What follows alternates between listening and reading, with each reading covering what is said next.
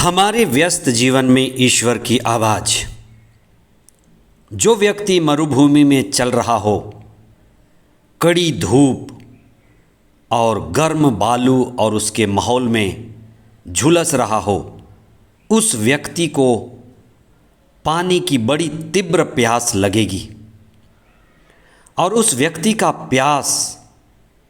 प्यास नहीं कहा जाएगा, वह प्यास से भी कुछ आगे होगा। वह प्यास की व्याकुलता का बड़ा तीव्र अनुभव करेगा और वह व्यक्ति उस गहरी प्यास और पानी की तड़प जिसे वह स्वयं एक हो जाएगा। इसीलिए वह प्यास मात्र शरीर का प्यास मात्र नहीं, पानी की कमी नहीं, लेकिन जीवन और मरण का सवाल बन जाएगा। न केवल शरीर पानी मांग रहा होगा, लेकिन उसका मन, उसकी पूरी भावना, उसका हृदय और उसका रोआ रोआ प्यास की चाहत में तड़प उठेगा। सतपति एक ऐसा ही व्यक्ति था जिसका सुसमाचार में जिक्र है। ऐसे व्यक्ति को ईश्वर की ओर से दिव्य चेतना और दिव्य बुद्धि प्राप्त हुई। उसका अटूट विश्वास, एक उसे विश्वास का वरदान मिला।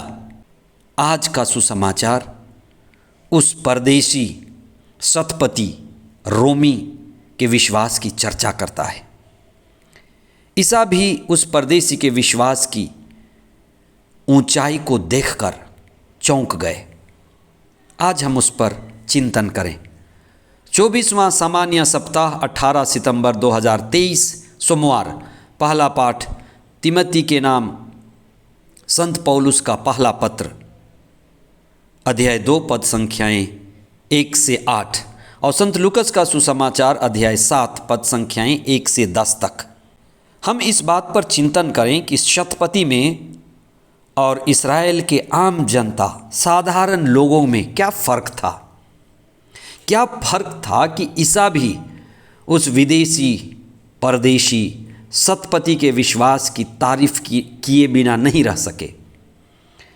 पहली बात तो यह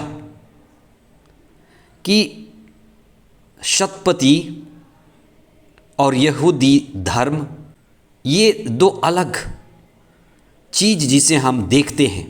शतपति का बचपन के द्वारा सिखाए गए प्रार्थना से नहीं, थोपा हुआ विश्वास नहीं है शतपति का विश्वास।